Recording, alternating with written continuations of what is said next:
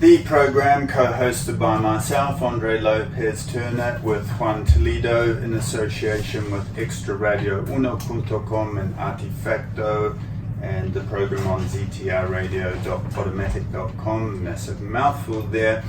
Welcome Stuart Taylor into the studio. Stuart is a Aikido master, a dancer, and a systemic constellations consultant, a polymath, a Qigong teacher, and other things that I may have missed out.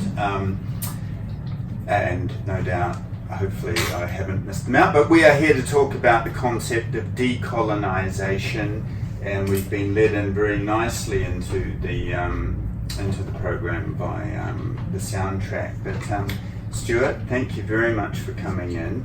Pleasure. Thank you guys for inviting me. Yeah, we've really wanted to do it. So, I mean, where do we start? I guess, how do we define decolonisation? I know this is one of your numerous specialities. Well, I guess for me, the best way to get to decolonisation is to actually go back a little ways and look at colonialism and coloniality, imperialism, and for our purposes, the Western Empire project.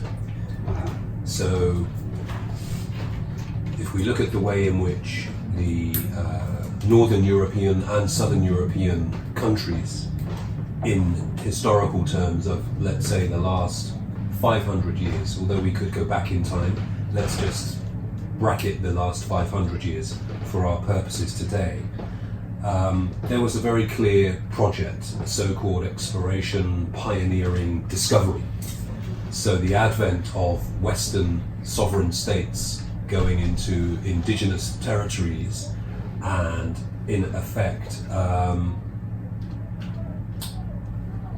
colonizing them, in effect, making those territories subject to their own vision, to their own epistemology, their own set of values, their own political, technological, spiritual, religious, historical understanding of the nature and the shape of reality, and imposition on those other territories, those other peoples, and in so doing, in that occupation of those physical spaces, there's also an occupation and an attempt at an erasure of the accumulated wealth of cultural, political, and social capital that those indigenous cultures had accumulated for many hundreds and many thousands of years before their so-called discovery by these numerous Western powers. So that for me is a beginning in our consideration of understanding, first of all, what the colonial project has been, how that in turn has morphed into a neo-colonial project, and what decolonisation means from my perspective as an act of resistance and as an act of solidarity for other peoples, other communities, either in indigenous territories or in global diasporas, who share some of this common narrative, different, particular, specific to them, but there's a commonality in that basic experience of an imposed colonialist mechanism and structure that governs their lives, or at least in an historical sense, governed the lives of those peoples. Yeah. I wanted to mention a country in particular, because obviously I understand what you're saying and I agree with you. But I think that the roots of the beginning of colonization, or the discoveries and conquering of other parts of the world by European powers, was part of the Lebanese enterprise, but was part of an accident too, and then it became something else. It metamorphosed into something else. I was thinking particularly about China, and I was thinking about Marco Polo, and why I was thinking about China and Marco Polo. If you think about a country which has sustained its culture through millennia without interruption is China. No other country has done it. Not even India. India in certain ways was colonized by the British for 2 centuries. But China has been the country has kept its culture, so to speak, culture in inverted commas, of course. Now it's a capitalist society, but maintained through millennia. When Marco Polo went to China, they discovered China was much more superior than Europe at the time that Marco Polo went. And we're talking about 13th century, perhaps 200s. I don't remember the exact date, but I know it's prior to the conquering or discovery of the Americas. And China was superior. China had power, China used ink, China had a lot of kind of resources that Europe did not have, or discoveries that Europe did not have. The idea of traveling around the world to get goods for Europe was basically an European idea based on what they have seen in China. A city like Venice made its wealth to trade mainly through salt, for example. It was a major port for the trading of salt at that time, and salt was central. When the Europeans went to America, they were thinking they were going somewhere else, but then they discovered this new world. And it was a clash of two cultures, yes, and it was a conquering, but yes, I think the most important aspect, I like the word when you say epistemology, because it implies a vision of the world. That vision of the world was a Christian one. And that Christian one was about the expansion of Christianity. So in other words, the whole process of Christianity was part of it, at least particularly in the Americas, because they couldn't go east. East already was not Christian, and east has already countries like China and Japan who were not going to go Christian, or India. They have these huge cultures in the east prior to Christianity. This was before Christianity. So there's an element of accident that turned itself into a project, as you think. But I would like to think about what the project was and the accident initially, and then the project afterwards. Well, I think you're right to draw reference to the substantiveness of Chinese culture, and we should remember that there was a project over many decades within China to unify it as one cultural homogeneous unity, prior to which it wouldn't even be appropriate to call it a federalized state. There was no sense of a state. It was at that time there was no sense of the state. It was a... And neither in Europe. The idea of the state comes much later. Yeah. So although it's not really accurate as a metaphor, we could say that in this pre-colonial era, China and Japan both, and perhaps it may be the same too when we look at other countries within the Southeast Asian peninsula, were feudal states, although they wouldn't have considered themselves or perceived themselves as a state. So there was a later but deliberate project in both China and in Japan for them to become unified singular states, and there were literally centuries of war in Japan at least, and similarly in China. So I think when the West, so to speak, met with the substantial nature of Chinese culture, there was the existent, significant, sophisticated and complex philosophies of Confucianism and of Taoism. China was a technological culture in relation to the West. At the time of Marco Polo, which I just checked, it was that time. Right. 1254 to 1324, there you are. So yes, the printing press, the printing press, gunpowder, yeah, indeed. It was I know him. Yeah. And it was a huge. And in terms of medicine, homeopathy, and stuff like that, they were famous. Acupuncture existed in China for millennia. The Europeans didn't know that. So they had a very cohesive, substantive, comprehensive, and fundamentally advanced civilization.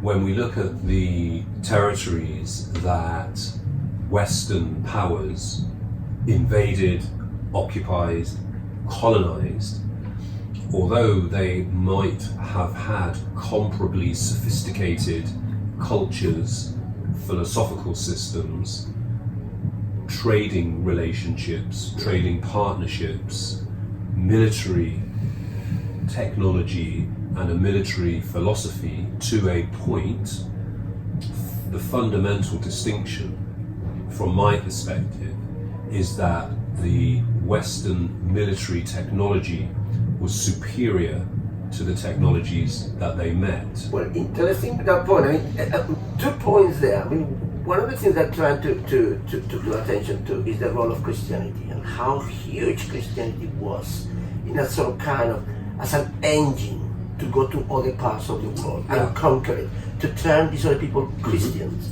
In fact, there's a huge discussion in 1550 in Valladolid in which the Spanish crown is considering this.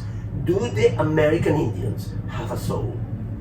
Well, this very question is at some level central, one could argue, to the whole colonialist project, which is, to use a term from Fanon, who is both a pivotal thinker, writer and activist in this space, particularly in the space of decolonisation, but he features really in this narrative much later. But to use one term from his lexicon, we can talk about, in colonialist terms, the zone of being and the zone of non-being. So just to unpack that a little bit, in your reference to this consideration, is it possible that non-Christians can have a soul? The fundamental question is, can they be human if they are not Christian?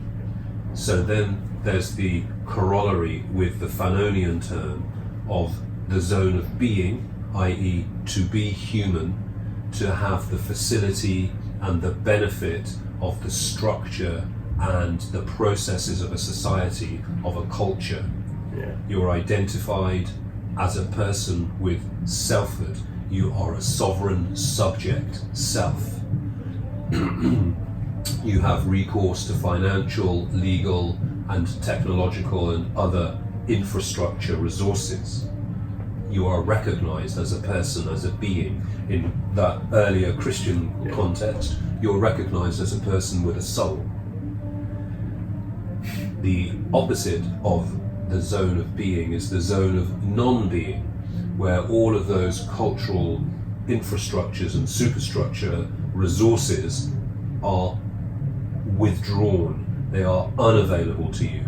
You're defined as by your non-being, by your non-status. Again, to link the corollary with this notion of, can these others be human? Do they have a soul?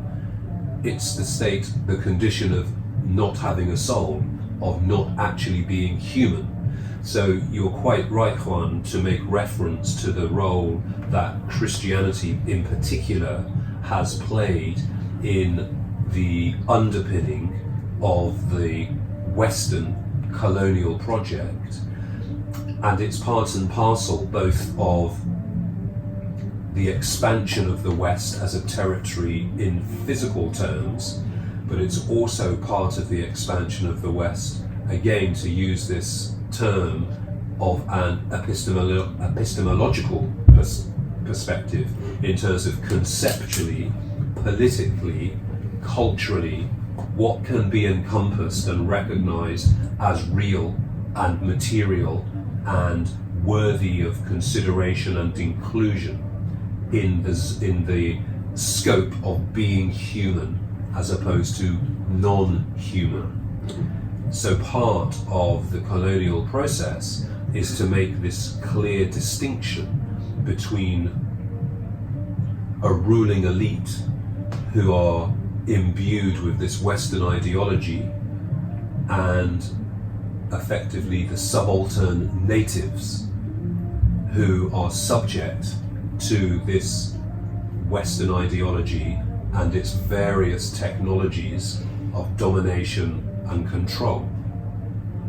It's not a situation of equivalence, it's absolutely a regime of occupation, and part of the process of that occupation is the deliberate and intentional, at best, marginalization and at worst, decimation, erasure of the indigenous culture. Okay. Yeah, I mean, the word that rings for me is the dehumanizing of the other in order to invade or conquer.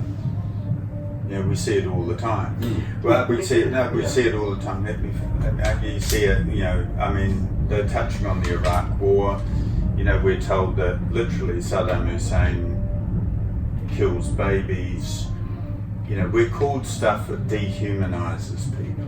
Yeah. Because that's part of a process. So that word came to me. Then the search for, you know, gold, silver, copper, forests. And then the idea of travelling. So I also see a part of a colonising experience to be a human one. You know, we all, you know, until recently, you know, we've been, you know, light on China really as an expansionist kind of place, but they are becoming that way. So there's a human side to it. Yeah. And then the other thing that got me, and particularly last bit you were saying, Stuart, is the from my perspective, I also think there are hierarchies everywhere you go. You know, tribal society has hierarchy. Yeah. I mean, I come from a tribal society, seen them, you know, so there's hierarchies and also collusion.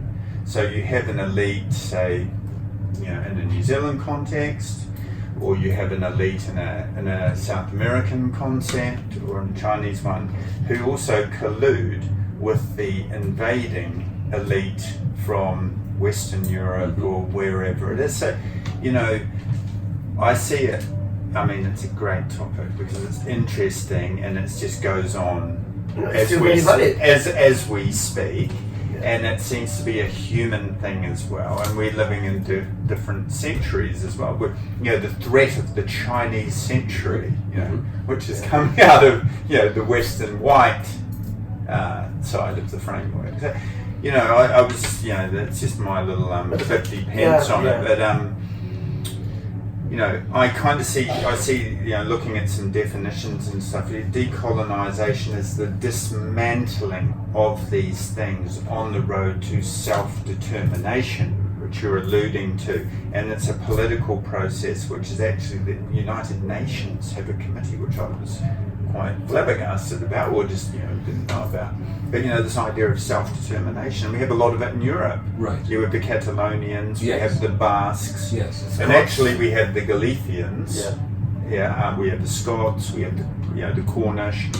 So it seems, you know, for me,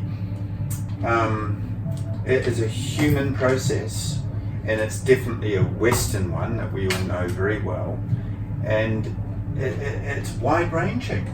So there's this sort of a sense of domineering, authoritarian domineering, brutalizing, dehumanizing, racial slurs, religion, and then I just put it there as in the contemporary context, as we were talking before, you know, is there an idea that in some respects we also have a multinational corporate colonization? Because I've been very lucky to be in some parts of the world where I have literally seen their cultures go from, I'll give an example, in Indonesia and Bali to, yes, and it's very much there, but downtown centre, it's Starbucks, Nike, you know, the name the big guys. So just, yeah, I've thrown a lot into the pot. That's fine. I've thrown a lot into the pot. But it is about the history. I mean,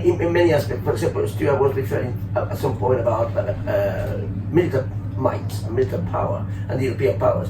That power only happened with basically with the arrival of sailing, and the big sailing European nations, Spain, Portugal, and much later Holland, and then Britain much later than that. And they are the countries that actually colonized the world. They were the sailors who went out and conquered the new spaces. Now, even within the history of colonization, Latin America, we said to you, for example, be careful about, you know, painting everybody with the same brush, because the colonization of Africa, for example, was very different from the colonization of Latin America. Yeah. On one example, and Christianity comes into it, Catholicism have a very different approach to Protestantism. I give you an example, a very simple example. The Spaniards slept with the Indians, as simple as that, and they created a new race, the mestizo race, the Spaniard and the Indian. That didn't happen in North America because the Protestants did not believe in that. The Spanish, the Catholicism has a completely different attitude towards the body. Right. And towards the other, and they did it. And in this debate in 1550 in Valladolid, it was decided that yes, the Indians have a soul. But you were talking about the humanization or dehumanization of that aspect. They built a family from the New World. Yes. And they just basically a mother, a father, and a child. And they took the child away from the mother to see if the mother reacted. They punched the father to see if they're feeling pain and things like that. After 1 week, it sounds puerile nowadays, sounds sort of almost some kind of slapstick comedy. But after 1 week, they decided, well, yes, the Indians have a soul. Hence, they can go and Christianize them. Right. And you find, what do you find in Latin America, in places like Guatemala, Mexico particularly, and even in places like Colombia, you got an Indian tradition, which is sort of kind of, hiding beneath, not far beneath, of this Christian thing. So you got this kind of quasi-pagan Christian traditions that you see there. And that was very different to what happened in Congo with the Belgians, very different what happens with the Brits in certain parts of North America.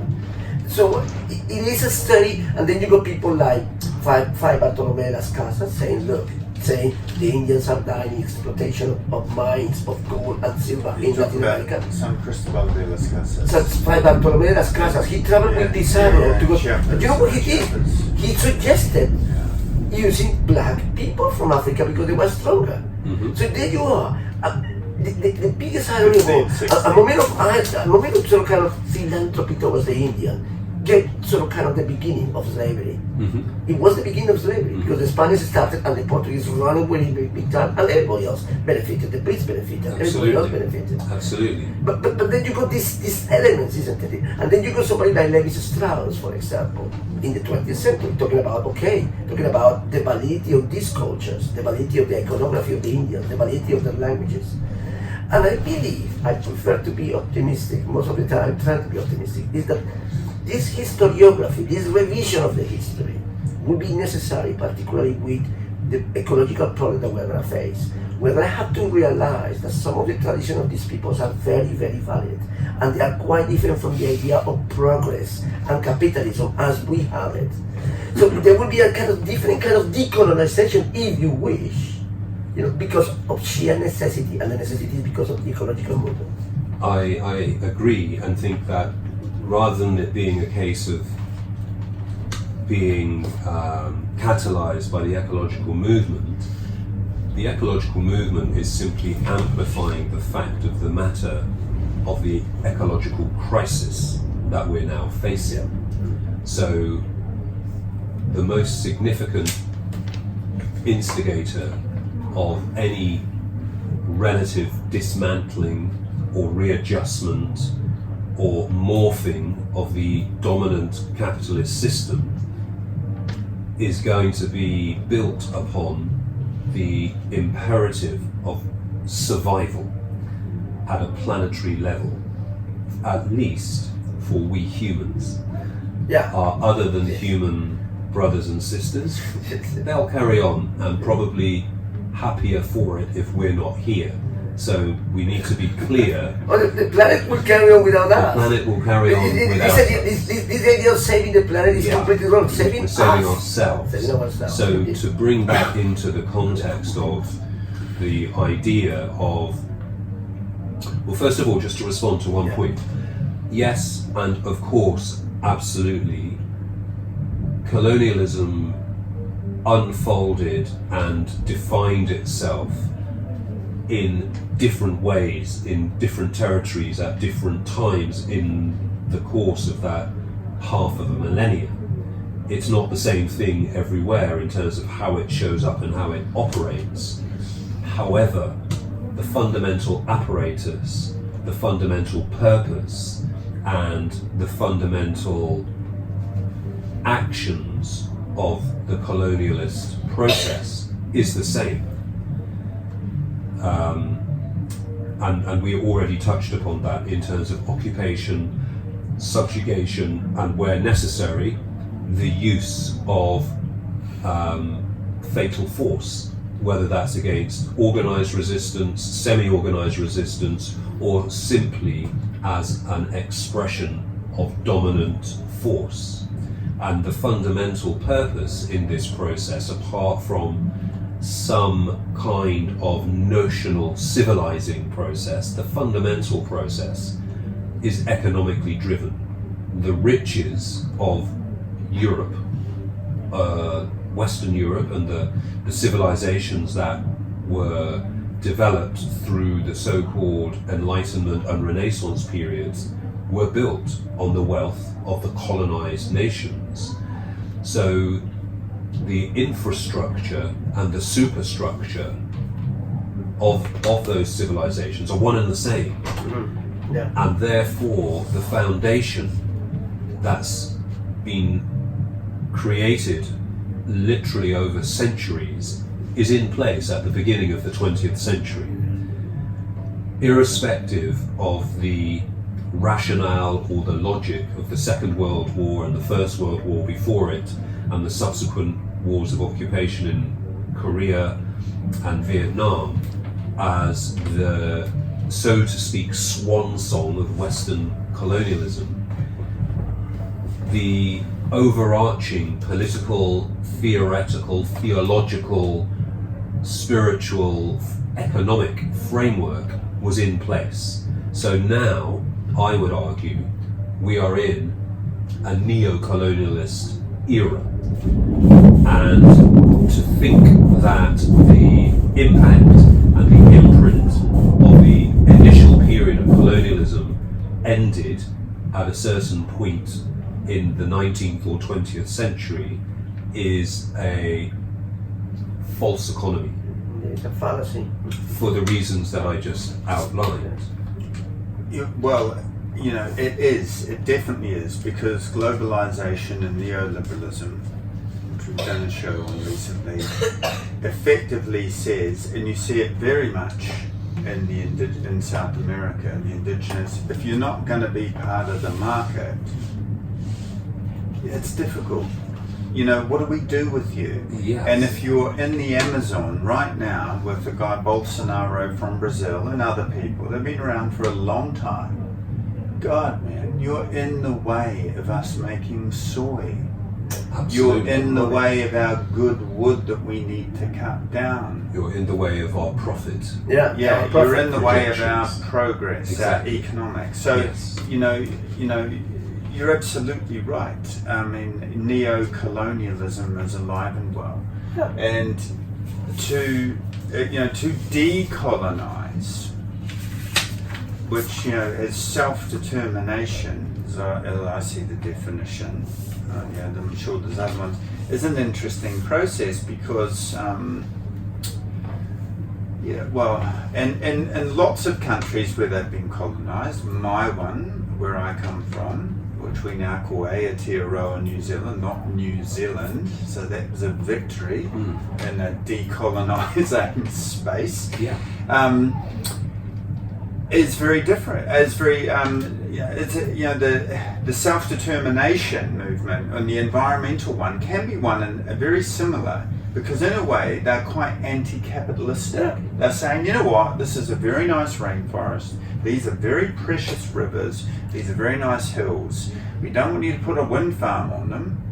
Yeah, so that's a tough one. Mm-hmm. We don't want you to put a dam on them. Mm-hmm. Yeah, and we don't want you to chop them down.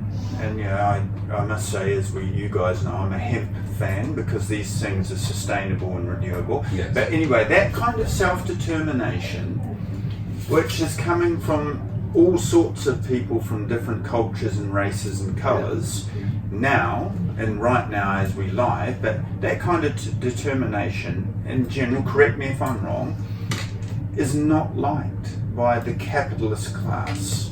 And they are all skin colours and races, etc., the capitalist class, but they are strongly white. They are strongly white. The American government particularly doesn't like these things fall over the bridge.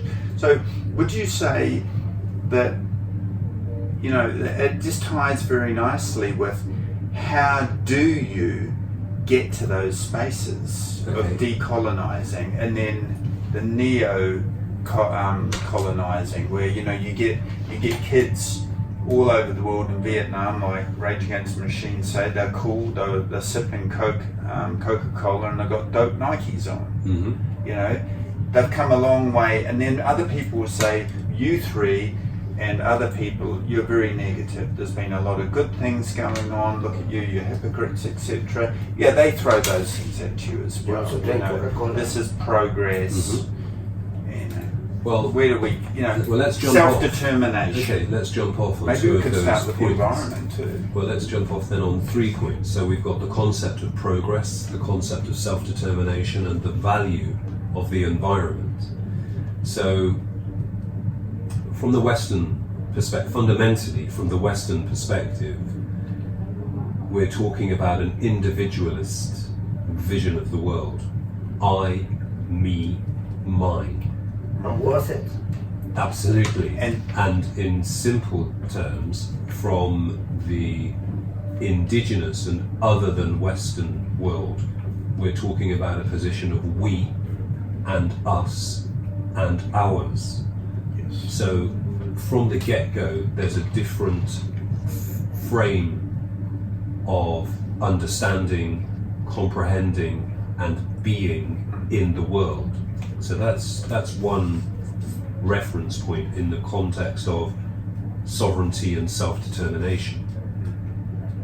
In the context of the environment, well, those perspectives follow through. If we're following on from this Christian ideal of we are the superior species as humans, and we therefore can dominate the rest of the world, nature included, and the animal kingdom, then from that perspective, the world is a resource, is a dead and finite resource to be utilized. So we come back to this notion of utility, and whether that's technological or economic, it's about utility. It's a very reductive and very limiting and fundamentally toxic mentality and the culture that it generates. Yeah. When we look at indigenous cultures or traditional cultures and their sense of we, us, and ours, there's a different perspective of living in some balance and some appreciation and some gratitude and some humility about the bounty that nature provides. So again, we can look at this from the perspective of the epistemology. Where do we sit in all of this? What is our place? What is our function? Is it to dominate and to impose, or is it to tread lightly in such a way that those that come after us will have something to enjoy, something that endures, something that is life-sustaining rather than life-extinguishing? Yes. Yeah. So these are very resonant considerations, and to come to the notion of decolonisation, I would say that there are, for our immediate purposes, there are clearly at least 3 levels that we're looking at here. One of those is looking at the relationships and the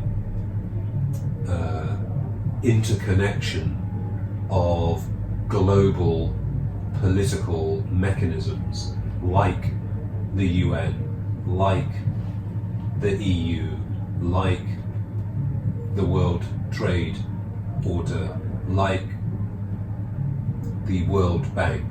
These mechanisms, and they're kind of totalizing mechanisms. You're either in or you're out. It's very binary. Yeah. So at one level, that is an area, that's a space that needs to become decolonized.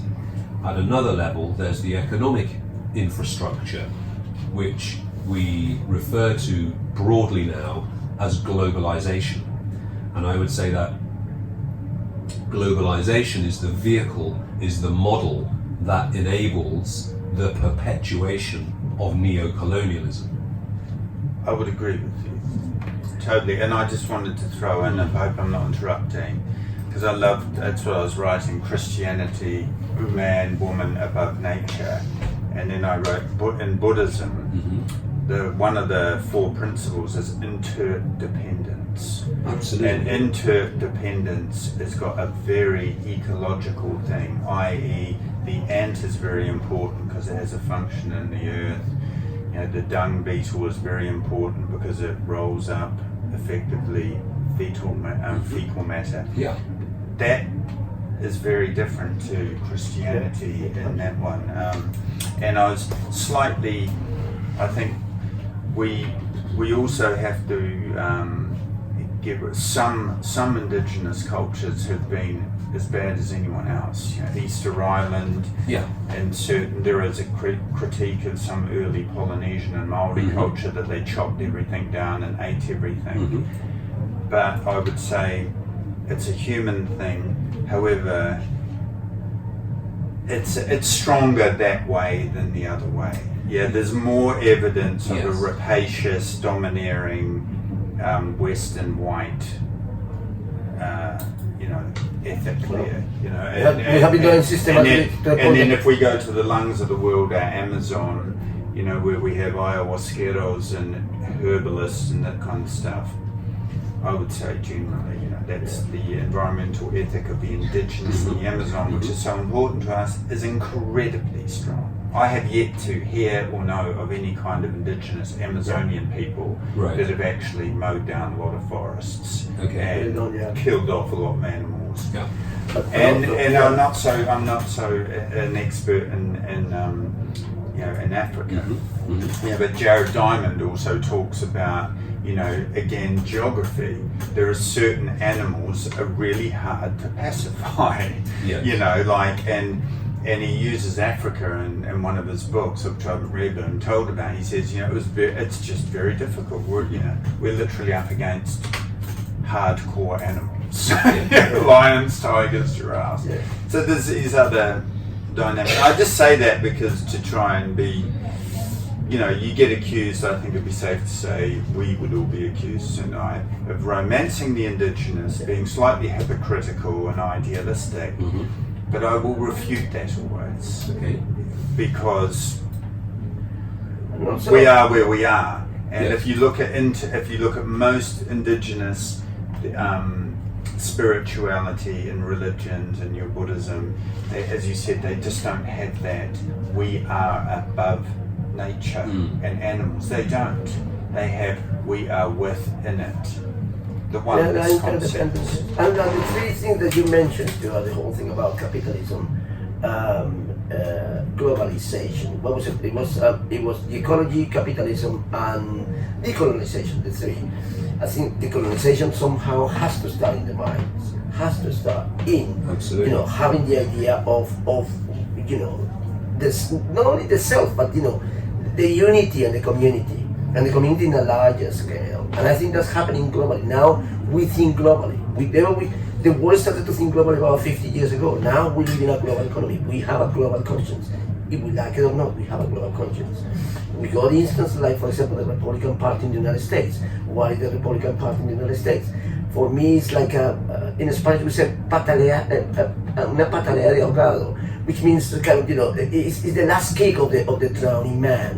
That going back to a world that they know it doesn't exist, no longer exists. They want to impose a vision of the world no longer exists, which has some theological connotations there with the evangelist movement in America being so strong and with political roots now. And Trump, facilitating those political avenues for them, because he's doing it very, very clearly. You know what he's doing. But the thing is, they are interconnected. The whole about the interdependency and the whole thing about ecology and the whole thing about capitalism, it has to be redefined, and it will be redefined. And the colonization will be there. I think, for me, again, I would say, ecology will have to force us to rethink these ideas, and in the rethinking process we will have to decolonize that, because what we have at the moment, we still got a situation of center and periphery in terms of exploitation instead of dependency.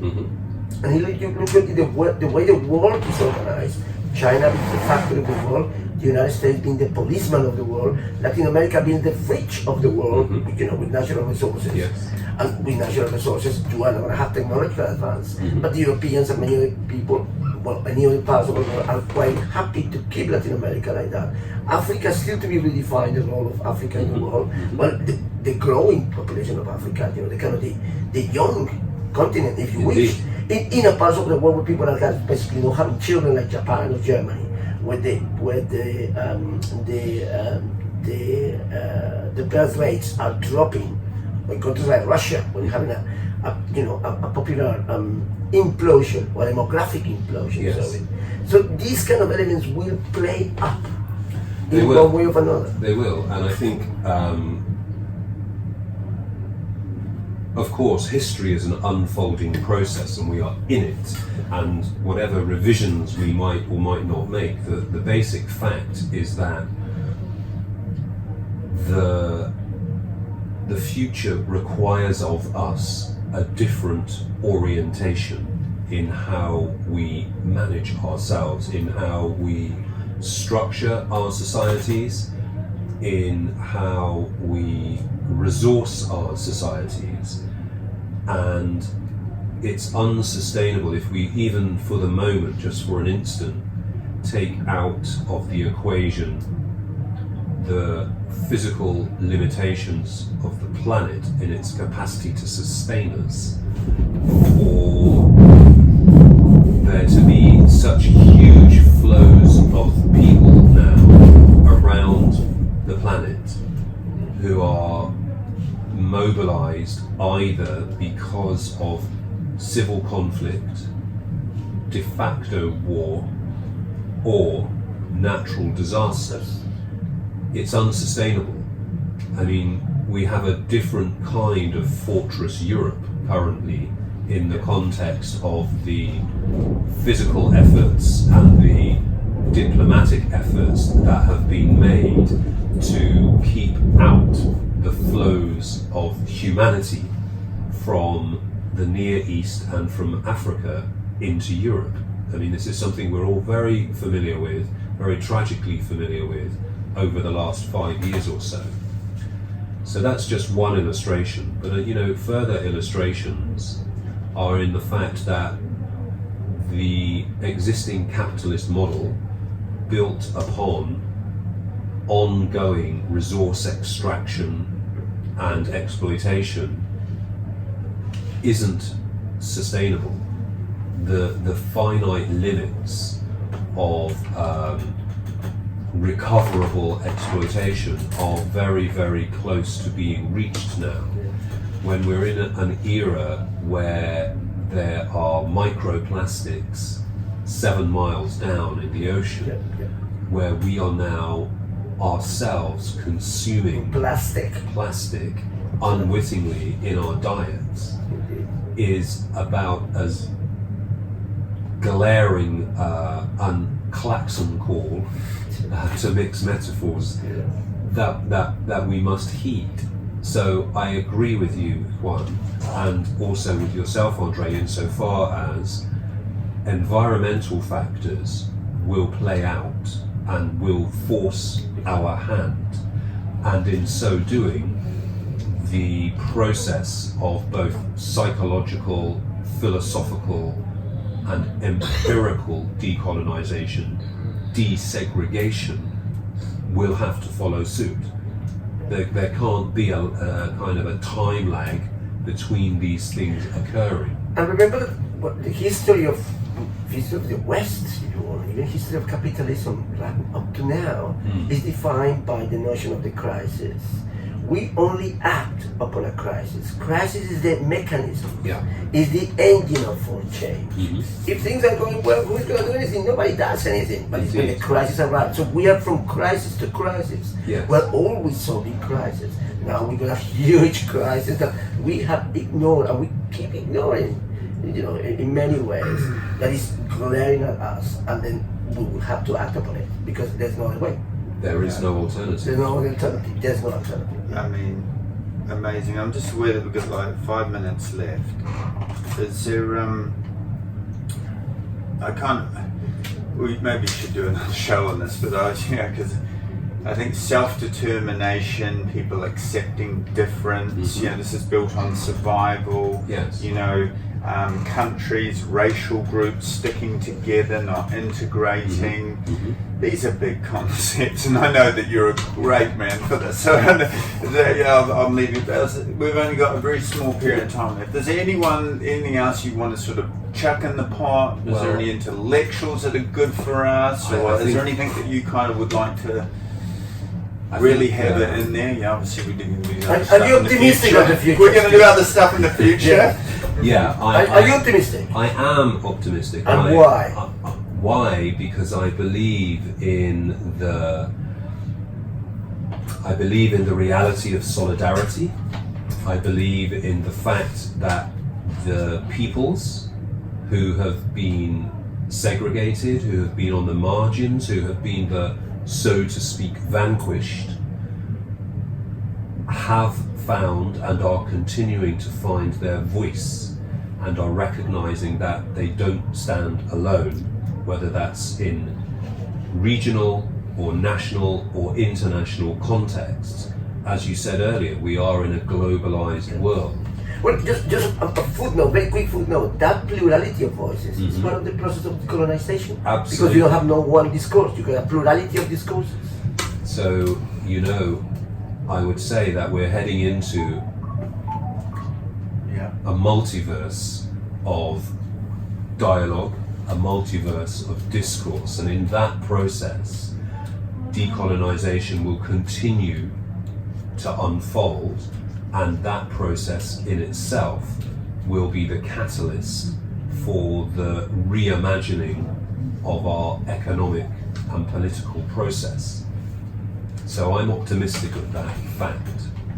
Brilliant. Well, I think so. Therefore, let's finish on that optimistic note. Let's finish on that, and maybe we're waiting for the ghost of Tom Job, and the first shall be last, and the last shall be first.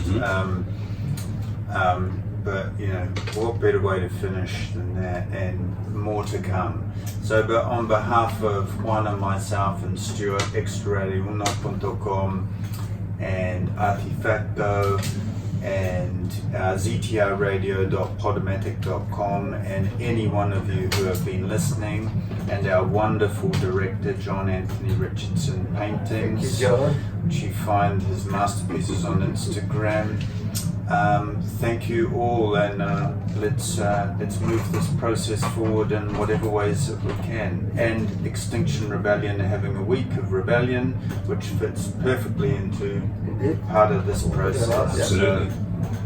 Hasta la batteria siempre. Forward on. Okay, thank you. Good. Excellent.